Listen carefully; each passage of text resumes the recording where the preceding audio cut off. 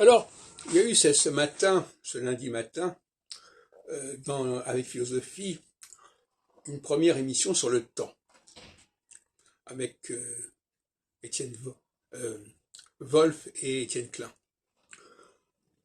Alors évidemment, je n'ai pas encore le bilan des 4 émissions qui sont prévues, mais il est très probable qu'on ne va pas y parler d'astrologie.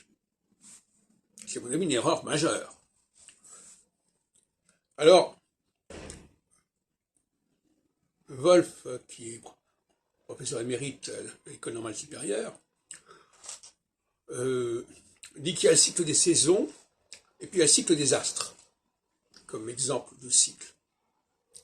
Alors, où se situe l'astrologie dans cette cyclicité parallèle?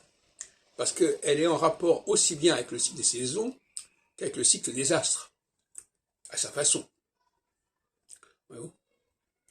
C'est-à-dire qu'elle introduit, c'est la théorie que je développe actuellement, qui sous-tend mon travail, à savoir qu'on a établi une cyclologie sur le modèle du cycle des saisons, mais qui ne dépend pas du cycle des saisons. Simplement un modèle analogique.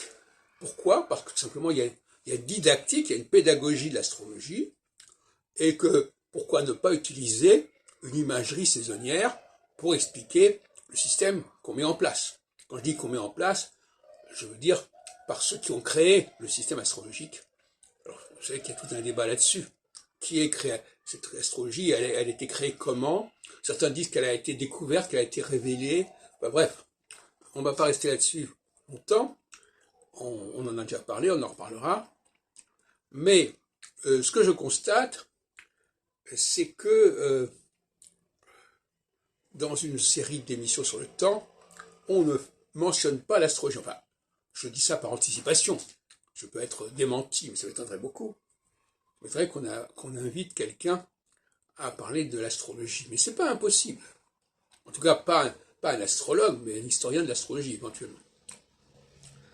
En tout cas, quelques réflexions de ce genre pour terminer, à savoir que, d'une part, on a abordé ce matin la dialectique entre ce qui est fixe et ce qui est en mouvement, qui me paraît également un élément essentiel de la cyclicité. Il n'y a pas de cyclicité s'il n'y a pas à la fois fixité et mouvement, pour que le mouvement revienne au point fixe.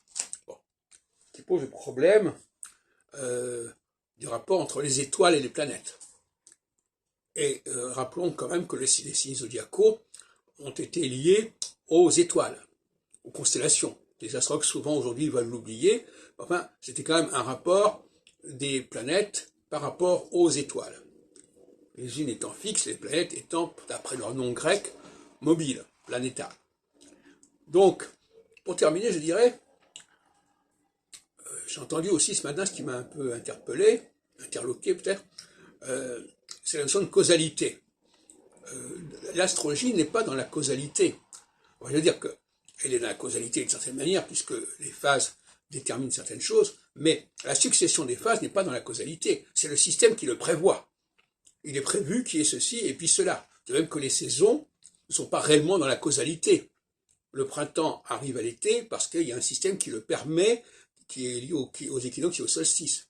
Donc on ne peut pas expliquer tous les changements par des créations de causalité. De même que, par exemple, s'il y a un changement de président public, c'est pas par causalité, c'est parce qu'il est prévu qu'au bout de 5 ans, aujourd'hui, quinquennat, ça se produise comme ça.